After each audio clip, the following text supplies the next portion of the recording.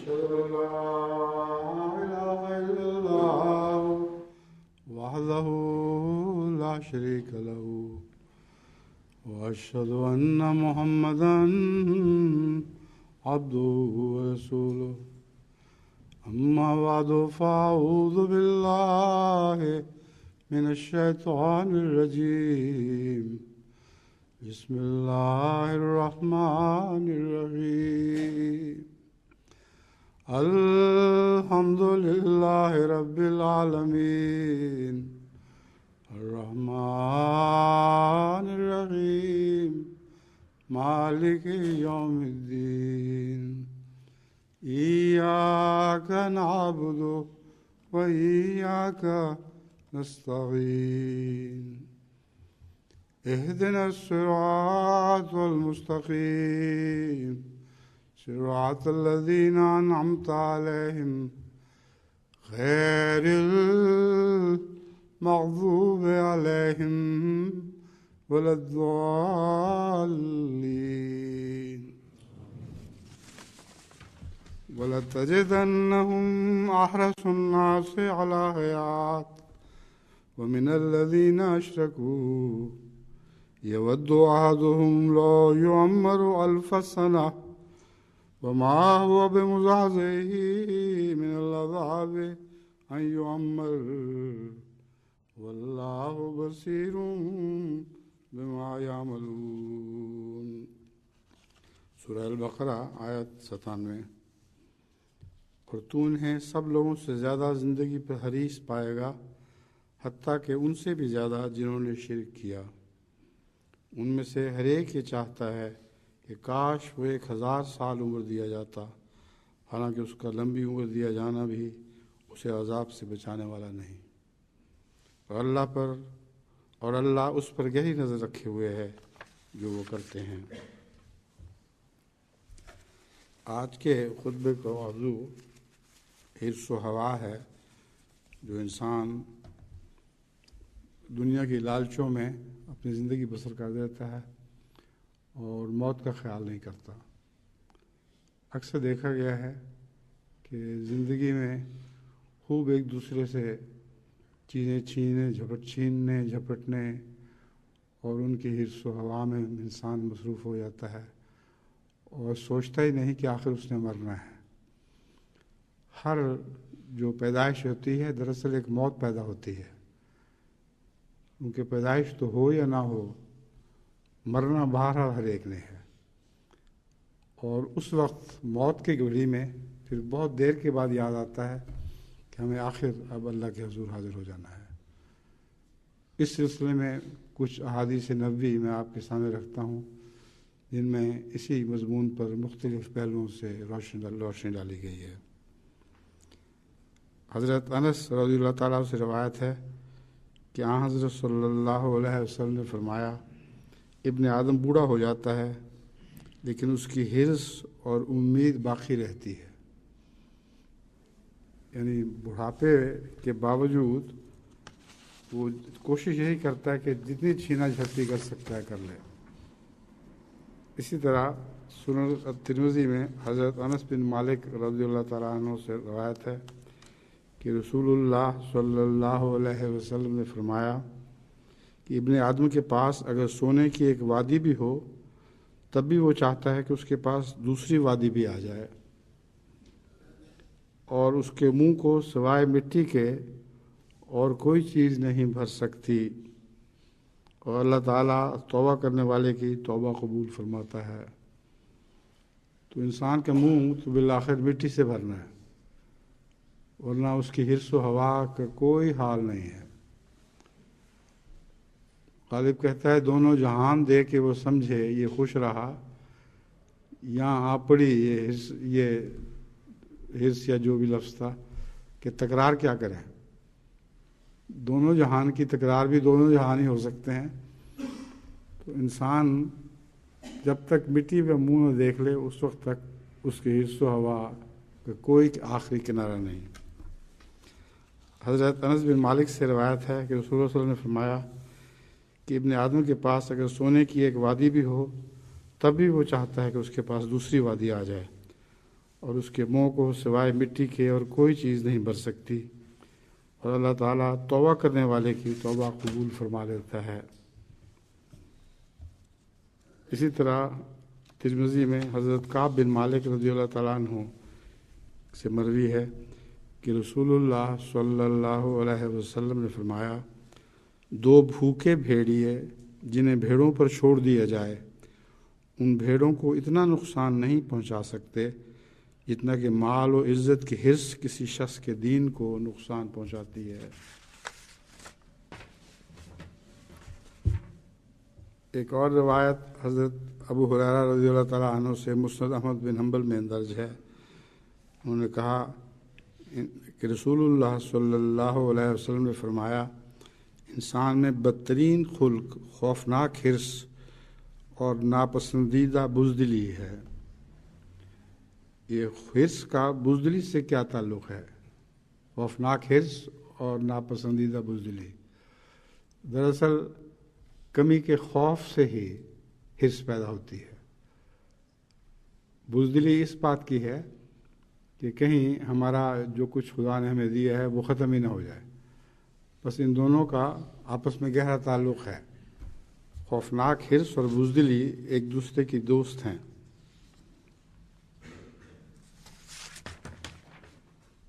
ایک اور روایت سنن نسائی سے حضرت ابو ہریرہ بیان کرتے ہیں کہ رسول اللہ صلی اللہ علیہ وسلم نے فرمایا کہ کسی بندے کے اندر خدا کے راستے کا غبار اور جہنم کا دھواں کبھی جمع نہیں ہو سکتے، اور نہ ہی کسی بندے کے دل میں ایمان اور حرص جمع ہو سکتے ہیں۔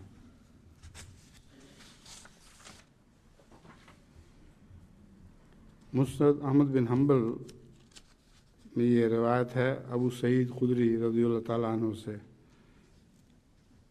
کہ میں رسول اللہ صلی اللہ علیہ وسلم نے فرمایا، میں مومنوں کی 3 قسمیں دیکھتا ہوں۔ ایک وہ مومن جو اللہ اور اس کے رسول پر ایمان لاتے ہیں، پھر وہ کسی شک میں مبتلا نہیں ہوتے اور خدا کی راہ میں اپنے اموال اور اپنی جانوں سے جہاد کرتے ہیں۔ یہ اول قسم ہے مومنوں کی۔ دوسرے وہ مومن جن پر لوگ اعتبار کر کے ان کے پاس اپنے اموال اور نفوس امانت رکھتے ہیں۔ مراد یہ ہے کہ ان کو امین سمجھتے ہیں تو ان کے پاس امانت رکھتے ہیں۔ ایک دفعہ مجھے یاد ہے کہ ہمارے برجی باول میں ایک شخص تھا کافی مولوی پرست، وہ ایک دفعہ کچھ پیسے لے گیا اور مجھے وقف جدید میں دیے کہ میں آپ کے پاس امانت رکھنا چاہتا ہوں۔ میں نے کہا تمہارے گاؤں کا مولوی ہے، تمہیں اتنا پیارا ہے وہ، اس کے پاس کیوں نہیں رکھاتے؟ اس نے کہا توبہ توبہ، اگر اس کے پاس رکھوائی تو پھر گئی۔ تو میں نے کہا تمہیں اپنا دین اس کے پاس امانت رکھتے ہوئے حیا نہیں آتی، اور پیسے اس سے بچاتے ہو؟ جو تمہارے پیسے کھا جاتا ہے وہ تمہارا دین بھی کھا جائے گا۔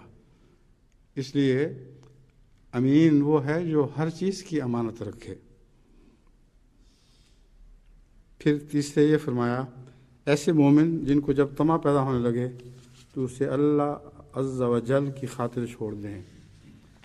تو طمع تو ہر انسان میں کچھ نہ کچھ ضرور ہوتی ہے، یا کبھی کبھی سر اٹھاتی ہے، سوئی ہوئی رہتی ہے جسم کے اندر۔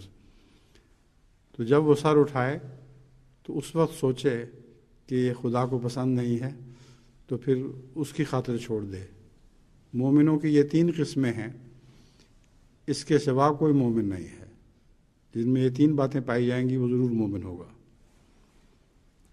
ایک سنن نسائی کتاب الوصایہ میں روایت ہے، حضرت ابو ہریرہ رضی اللہ تعالیٰ عنہ روایت کرتے ہیں کہ رسول اللہ صلی اللہ علیہ وسلم نے فرمایا، 7 ہلاک کر دینے والی باتوں سے اجتناب کرو۔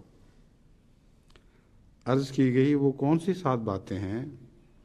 فرمایا اللہ تعالیٰ کا شرک کرنا، حرص اور بخل، ایسی جان کو ناحق ہلاک کرنا جسے اللہ تعالیٰ نے حرام قرار دیا ہے، سود کھانا، یتیم کا مال کھانا، جنگ کے روز منہ موڑ کر بھاگ جانا، اور پاک دامن بے خبر مومن عورتوں پر بہتان طرازی کرنا۔ ایک مسند احمد بن حنبل میں حضرت عبداللہ بن عمرو رضی اللہ تعالیٰ عنہ سے روایت ہے کہ حضور صلی اللہ علیہ وسلم نے فرمایا، ظلم سے بچو کیونکہ ظلم قیامت کے دن اندھیرے بن کر سامنے آئے گا۔ ظلم اندھیرے کو کہتے ہیں، اور قیامت کے دن اندھیرے بن کے آئے گا، یعنی روحانی طور پر بھی انسان پر وہ اندھیرا بن کے چھا جائے گا۔ بے حیائی اور یاوہ گوئی سے بچو کیونکہ اللہ تعالیٰ اسے ناپسند کرتا ہے۔ بخل اور حرص سے بچو کیونکہ اسی نے پہلوں کو برباد کیا۔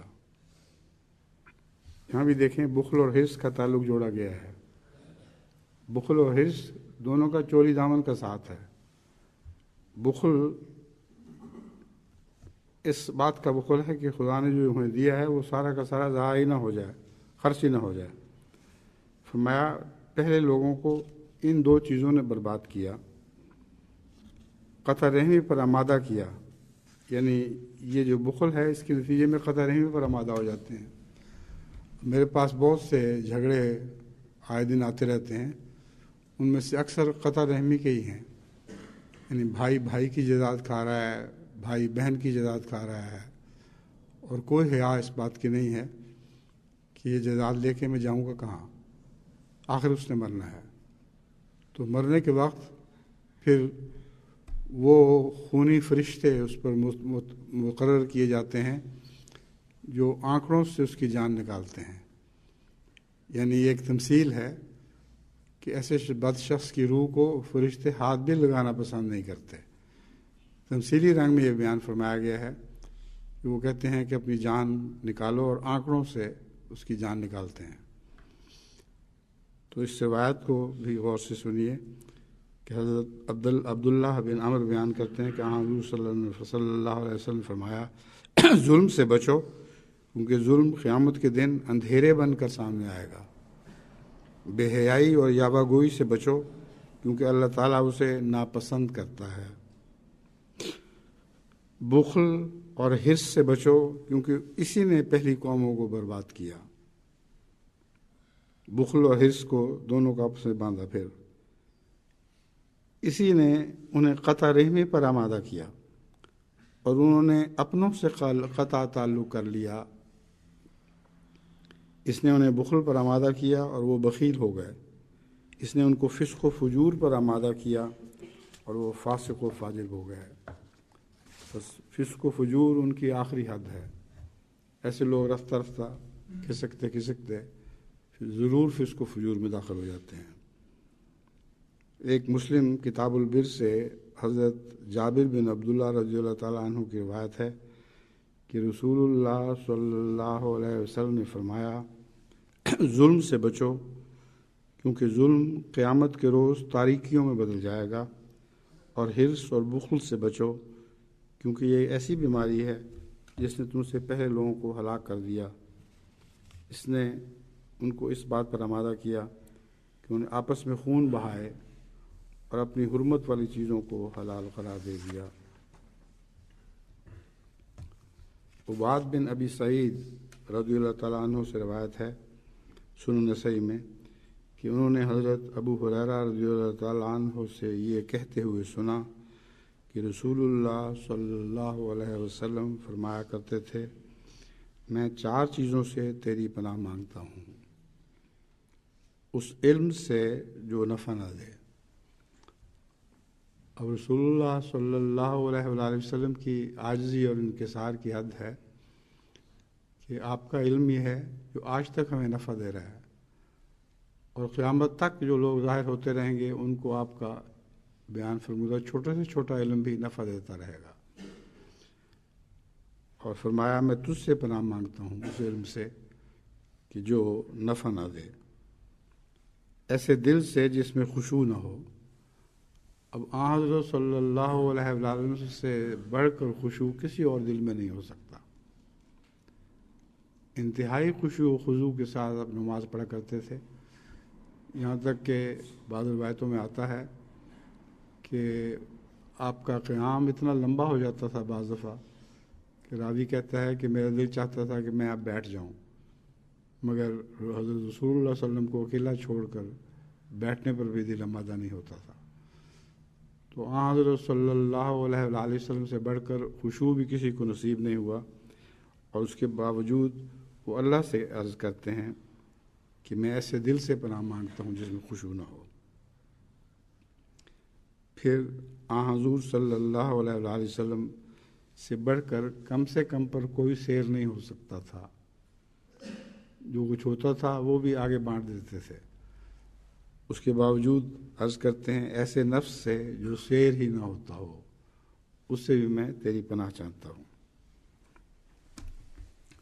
اور سب سے آخر پر ایسی دعا سے جو سنی نہ جائے۔ حضور صلی اللہ علیہ وسلم سے بڑھ کر مقبول دعائیں کبھی کسی نبی کو بھی نصیب نہیں ہوئی۔ حضرت مسیح موعود علیہ الصلوۃ والسلام فرماتے ہیں جو تم نے وہاں معجزہ دیکھا عرب کے بیابانوں میں کہ صدیوں کے مردے زندہ ہو گئے، وہ ایک فانی فی اللہ کی دعائیں ہی تو تھیں۔ بس دعا بھی وہی ہے جو قبول ہو، اور سب سے بڑھ کر حضرت صلی اللہ علیہ وسلم کی دعائیں مقبول تھیں، اور قبولیت دعا کا راز یہ ہے کہ اللہ سے یہ مانگا جائے کہ ہماری دعائیں قبول کرو۔ بعض لوگ مجھے لکھتے ہیں کہ ہم کس طرح دعا مانگیں کہ مقبول ہو جائے، تو اس کا یہی علاج ہے اور یہی میں حل ان کو بتاتا ہوں کہ اللہ تعالیٰ کے حضور جھکیں اور اللہ تعالیٰ سے دعا مانگیں کہ وہ آپ کو مقبول دعاؤں کی توفیق عطا فرمائے۔ حضرت کعب بن عیاض رضی اللہ تعالیٰ عنہ کی ایک روایت ترمذی میں ہے کہ میں نے رسول اللہ صلی اللہ علیہ وسلم کو یہ فرماتے ہوئے سنا کہ ہر امت کے لیے ایک فتنہ ہوتا ہے، اور میری امت کا فتنہ مال ہے۔ بس آج بھی جو امت محمدیہ کے لیے فتنہ ہے وہ مال ہی ہے۔ اور اب دیکھیں جتنے بھی مولوی ہیں وہ کفر کو اپنا رزق بنائے ہوئے ہیں، بس دراصل مال ہی ہے جو ان کے لیے فتنہ ہے۔ اور قرآن اللہ تعالیٰ نے اس کے خلاف نصیحت فرمائی تھی کہ دیکھو ایسا رزق نہ چاہنا جو تمہارا ایمان چاٹ جاتا ہو۔ تو آج کل ساری دوڑ مال ہی کی ہو رہی ہے، غیر قوموں سے بھیک مانگتے ہیں، گرتے پڑتے ہیں، اور آخری تان اس بات پہ ٹوٹتی ہے کہ ہم مال مانگ کے مانگے ہوئے قرضے ادا کریں گے۔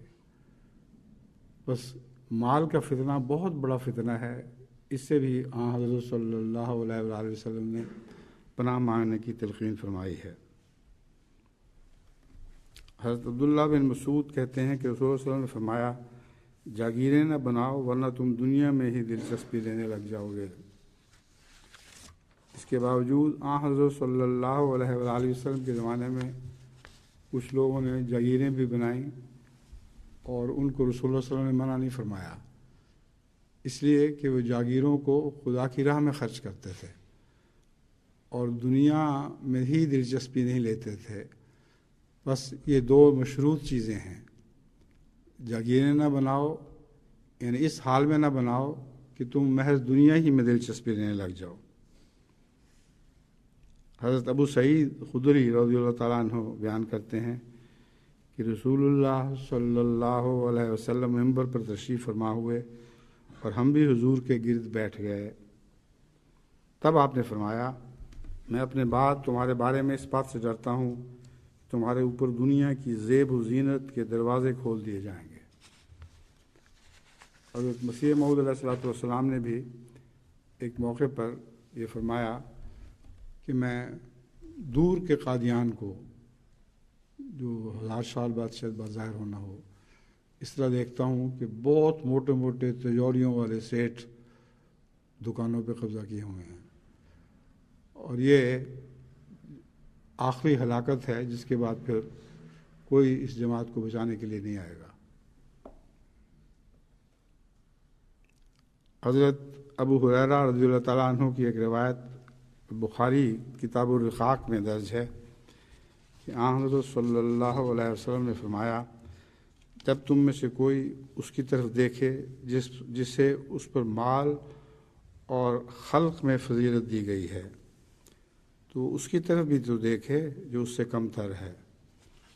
یہ ایک بہت ہی اعلیٰ درجے کی ایسی نصیحت ہے جو ہر شخص کے کام آتی ہے۔ کوئی بھی دنیا میں ایسا شخص نہیں جس پر کسی اور شخص کو مال اور خلق میں فضیلت نہ ملی ہو۔ یہاں خلق نہیں فرمایا، خلق فرمایا ہے، یعنی بناوٹ، چہرہ، شکل و صورت، قد کاٹ، ان سب چیزوں میں بہرحال بعض دوسروں کو ایک انسان پر ضرور فضیلت ہوتی ہے۔ اس وقت دل میں جو حسرت سی پیدا ہوتی ہے کہ کاش ہمیں خلق میں اور مال وغیرہ میں فضیلت ملتی، اس کا علاج صرف یہی ہے کہ اس سے نیچے بھی تو بہت سے لوگ ہیں، ان کی طرف دیکھے کہ دیکھو میں کتنوں سے، لاکھوں کروڑوں سے بہتر ہوں، اور ان کی طرف دیکھ کر اس کے دل کو تسکین مل جائے گی۔ حضرت عثمان بن عفان رضی اللہ تعالیٰ عنہ سے مروی ہے کہ نبی کریم صلی اللہ علیہ وسلم نے فرمایا، ابن آدم کا اس سے زیادہ کوئی حق نہیں کہ ایک گھر ہو جس میں وہ رہے، اور لباس ہو جس سے وہ اپنا سطر ڈھانپے، اور کھانے کے لیے سوکھی روٹی جو بھی ہو، جیسی کیسی بھی روٹی ہو وہ پی سکے اور اسے پینے کا پانی میسر آ جائے۔ تو آج کل چونکہ حضرت صلی اللہ علیہ وآلہ وسلم کی ارشادات کی دھڑا دھڑ نافرمانیاں ہو رہی ہیں، اس لیے اب پاکستانی کو دیکھ لیں، وہاں پینے کے لیے پانی میسر نہیں اور کھانے کے لیے غریبوں کو روٹی میسر نہیں، یہاں تک کہ وہ غربت اور فاقوں سے تنگ آ کر تنسوزی کر لیتے ہیں، یعنی اپنے آپ کو جلا لیتے ہیں۔ یہ اس کا حل تو نہیں۔ ایسا شخص تو خود اپنے منہ سے جہنم مانگتا ہے۔ جو اس دنیا میں اپنے اوپر جہنم ڈالتا ہے وہ آخرت میں بھی اپنے لیے جہنم ہی مانگتا ہے، مگر ان لوگوں کو علم کوئی نہیں، نہ ان کا کوئی خیال رکھنے والا ہے، نہ ان کو سچا علم دینے والا ہے، اور آئے دن یہ واقعات چھپتے رہتے ہیں۔ تو اب پاکستان دیکھ لو کہ کس طرح پانی کی بوندوں کا محتاج ہو گیا ہے۔ ایک خبر میں نے پڑھی کہ دریائے سندھ، جس کو ایک طرف سے دیکھ کر واقعتاً یوں لگتا تھا کہ دوسری طرف اس کا کنارہ ہی نہیں ہے، اب اس میں سے پیدل لوگ گزر جاتے ہیں، اور پانی اتنا کم ہو گیا ہے۔ اور مجھے ڈر ہے کہ اسی قسم کے عذاب اللہ تعالیٰ کی طرف سے نازل ہوا کرتے ہیں، کبھی کم پانی کے، کبھی زیادہ پانی کے۔ جیسے حضرت نوح کی قوم کو زیادہ پانی کا بھی عذاب ملا تھا۔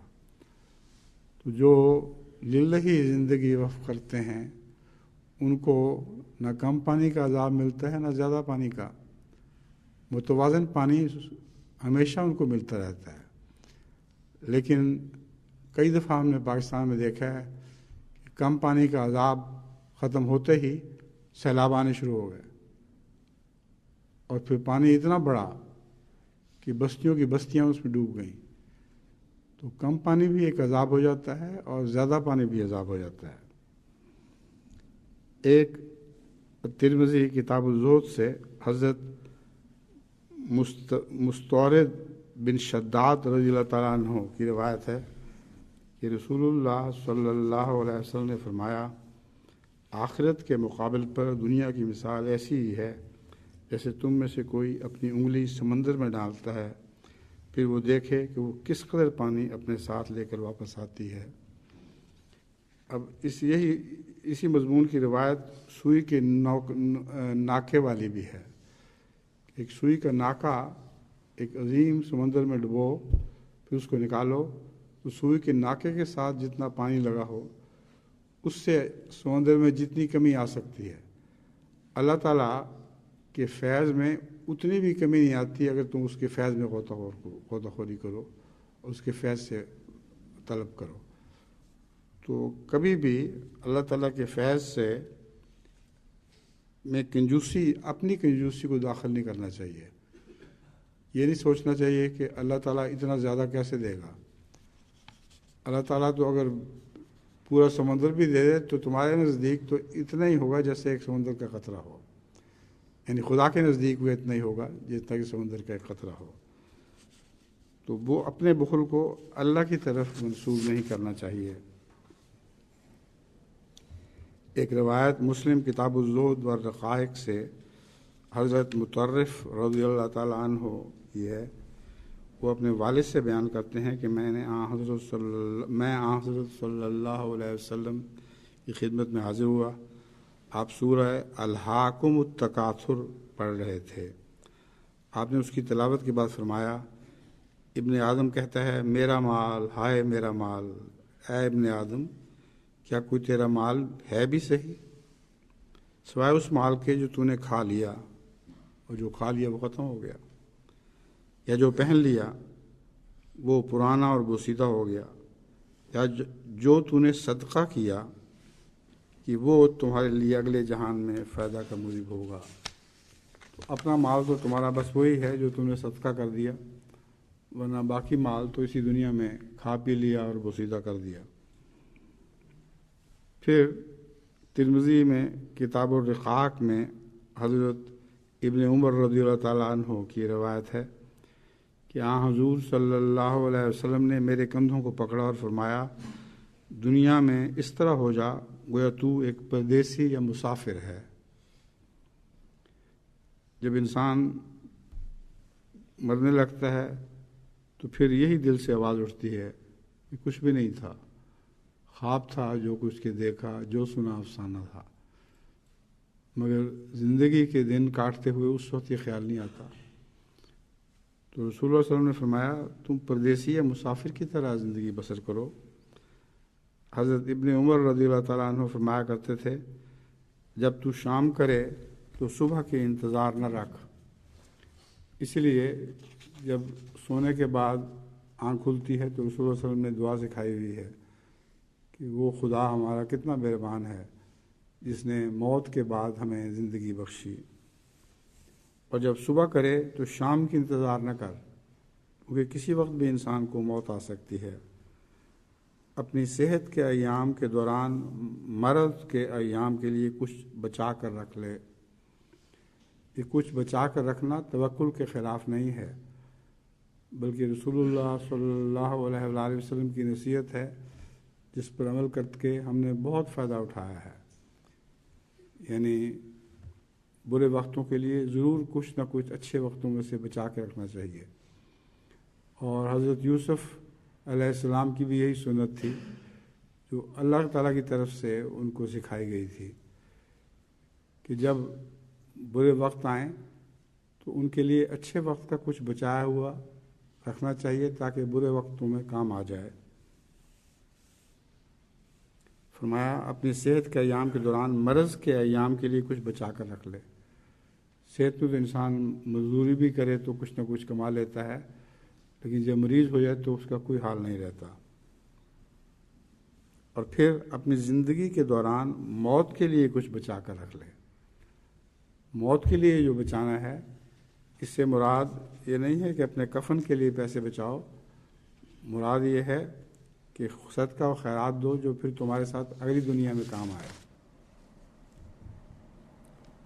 حضرت حکیم بن حزام رضی اللہ تعالیٰ عنہ بیان کرتے ہیں کہ میں نے ایک دفعہ حضرت صلی اللہ علیہ وسلم سے کچھ امداد کے لیے عرض کیا. اب یہ بڑی دلچسپ روایت ہے. حضرت حکیم بن حزام نے رسول اللہ صلی اللہ علیہ وسلم سے عرض کیا کہ مجھے میرے سوال کے مطابق کچھ دیں. ایک بار پھر ایسے ہی میں نے درخواست کی، پہلی دفعہ بھی پورا کر دی، رسول اللہ صلی اللہ علیہ وسلم نے دوسری دفعہ بھی پوری فرما دی. آپ نے پھر مجھے عطا فرمایا، پھر میں درخواست گزار ہوا، اسے بھی آپ نے منظور فرما لیا. لیکن ساتھ ہی یہ ارشاد فرمایا، اے حکیم، یقیناً مال بہت سرسبز اور میٹھا ہے، لیکن برکت بے نیازی میں ہی ہے. حقیقت یہ ہے کہ بے نیازی سے بڑھ کر کوئی برکت نہیں ہوتی.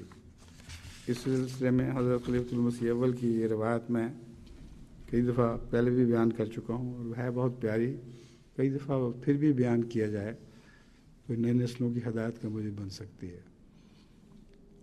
حضرت خلیفۃ المسیح اول رضی اللہ تعالیٰ عنہ لکھتے ہیں کہ ایک جگہ سے میں گزرا کرتا تھا جہاں ایک لنگوٹیا فقیر جس کے تن پر کچھ بھی نہیں تھا بیٹھا ہوا مانگا کرتا تھا. ایک دفعہ میں جب گزرا تو وہ بہت خوشی سے چھلانگیں مار رہا تھا. تو میں نے اس سے کھڑے ہو کے پوچھا کہ تجھے کیا مل گیا ہے،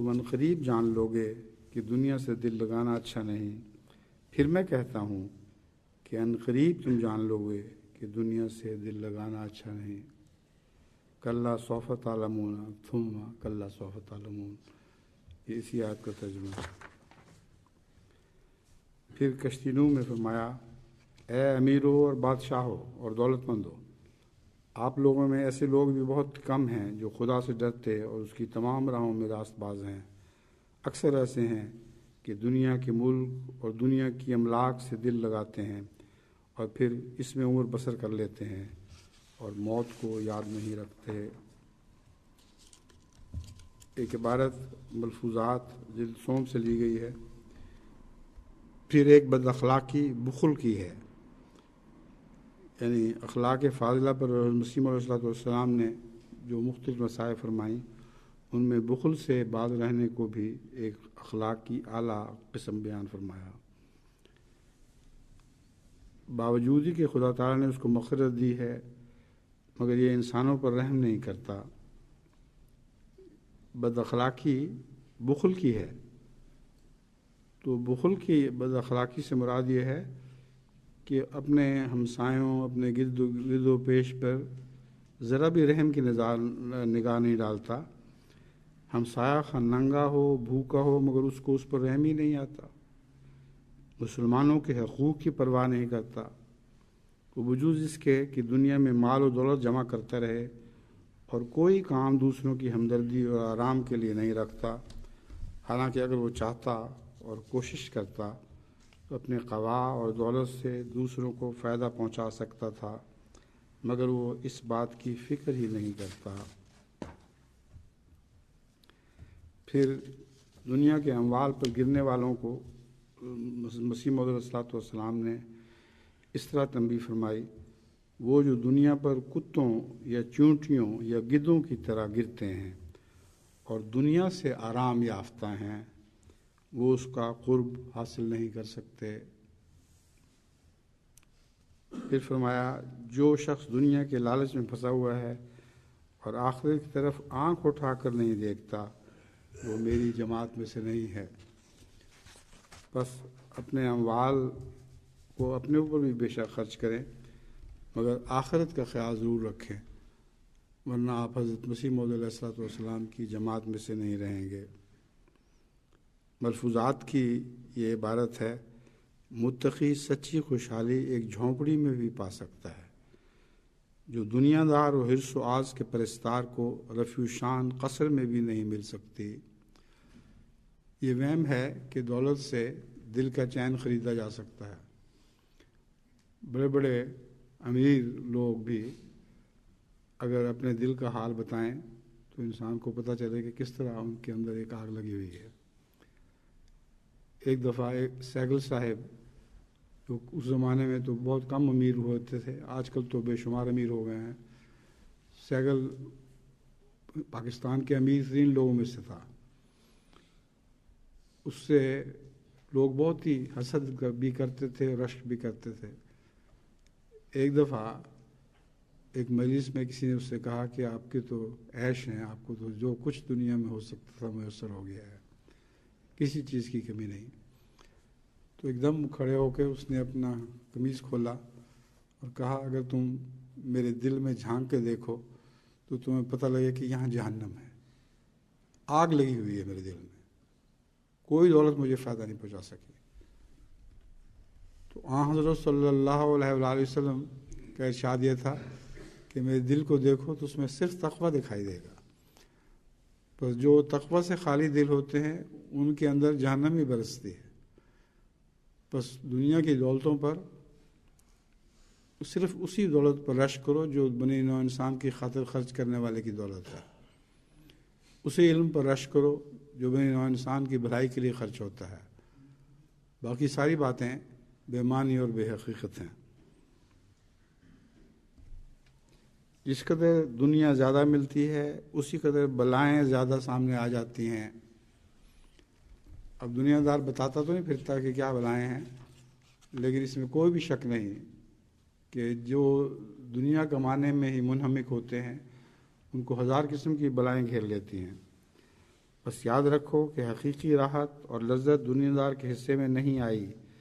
یہ مت سمجھو کہ مال کی کثرت، عمدہ لباس اور کھانے کسی خوشی کا باعث ہو سکتے ہیں، ہرگز نہیں، بلکہ اس کا مدار ہی تقویٰ پر ہے۔